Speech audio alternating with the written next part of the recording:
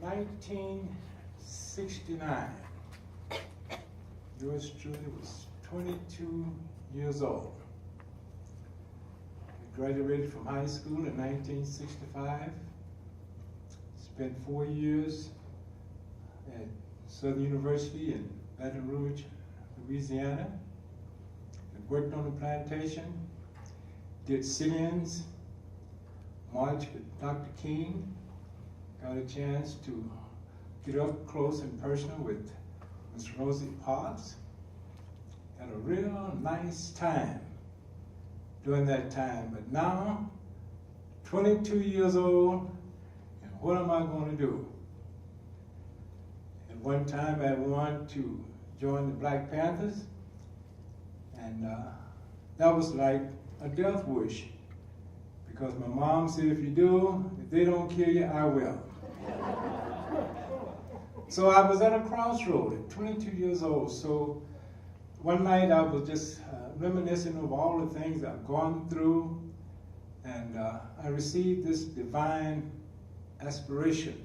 It said, you're going to preach my gospel. I said, yeah, right. And I pondered that in my heart. I didn't tell anybody.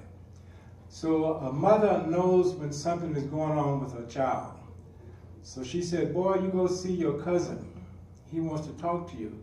I said, I don't know what he wants to talk to me about. And he and I had marched in different marches and stuff, and I thought, well, maybe he wanted to march, but I didn't want to march anymore. You know, the civil rights bill had been signed and everything was all right. So he came, I went there and he told me, he said, look, I want to give you a parable, because you don't know what's going on in your life, what you're going to do. I'm going to give you a parable. So he gave me a parable. And a parable is a heavenly story with, earthly story with a heavenly meaning. And he gave me the story, and I said, oh, okay, yeah, right, okay. But then I had other ideas. I left Shreveport, Louisiana, and went to Los Angeles, California, where I met Mr. Smirnoff and Mr. Boone's Farm Apple Wine. And I started a career of drinking wine and chasing girls. But I still had that parable very vivid in my mind. So I tried to cover it up with some of the exploits in my life. Started playing baseball, chasing girls. And mind this, I chased it, but I didn't catch any of them. I had trouble catching them, And then one night, I was laying in my bed there, and that parable became very vivid to me. I said, oh my goodness, what am I going to do? And then the first one came to me and said, well, look, you're going to preach my gospel. I said, oh yeah, right. So then all of a sudden, next thing I know, I was professing my calling. I preached my first message. And then the drinking the wine and the Smirnoff kind of slowed down to a point where one of the girls I was chasing caught me. And she caught me, and I've been caught for the last 45 years. But I got into the ministry more deeply, started studying, received my ordination in the ministry. And then that parable became more vivid. I said, oh man. So I said, well, but I didn't want to follow after the parable. So I left Los Angeles with my wife. I got married and moved to Albuquerque. And then it just became so vivid to me that I was supposed to preach the gospel, which I didn't mind.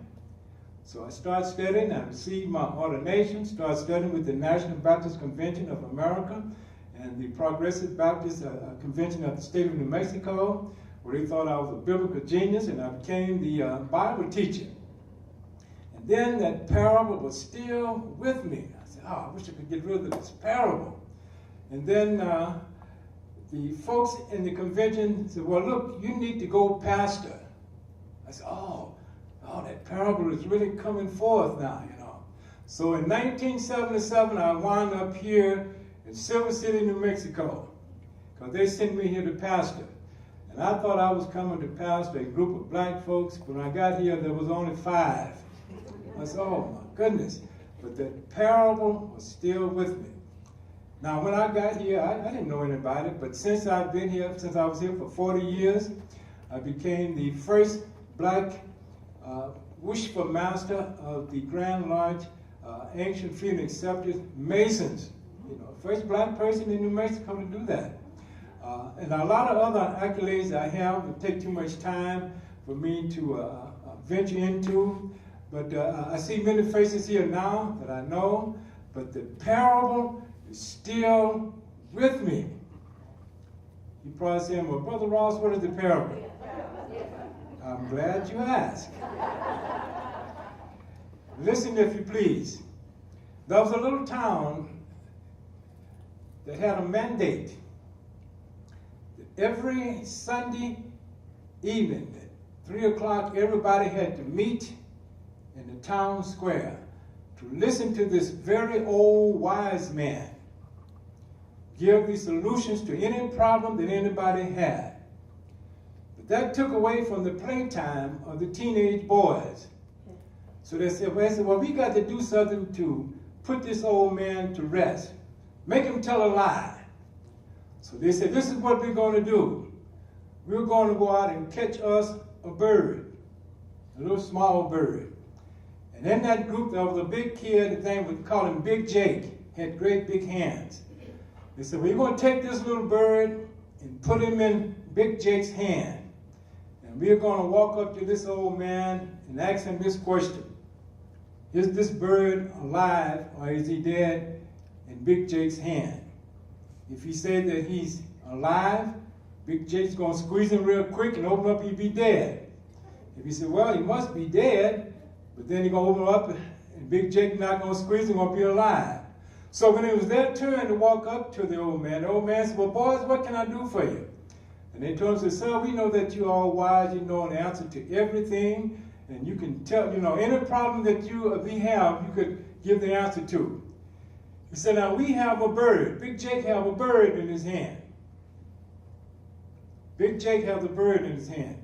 You become the old man. And they said, now we want you to tell us, sir, if this bird is alive or is he dead?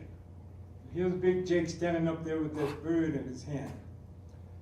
And the old man said, well, boys, I don't know. They said, hey, we got him.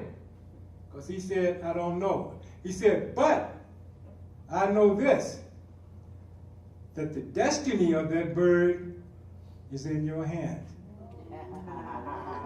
And that's the parable.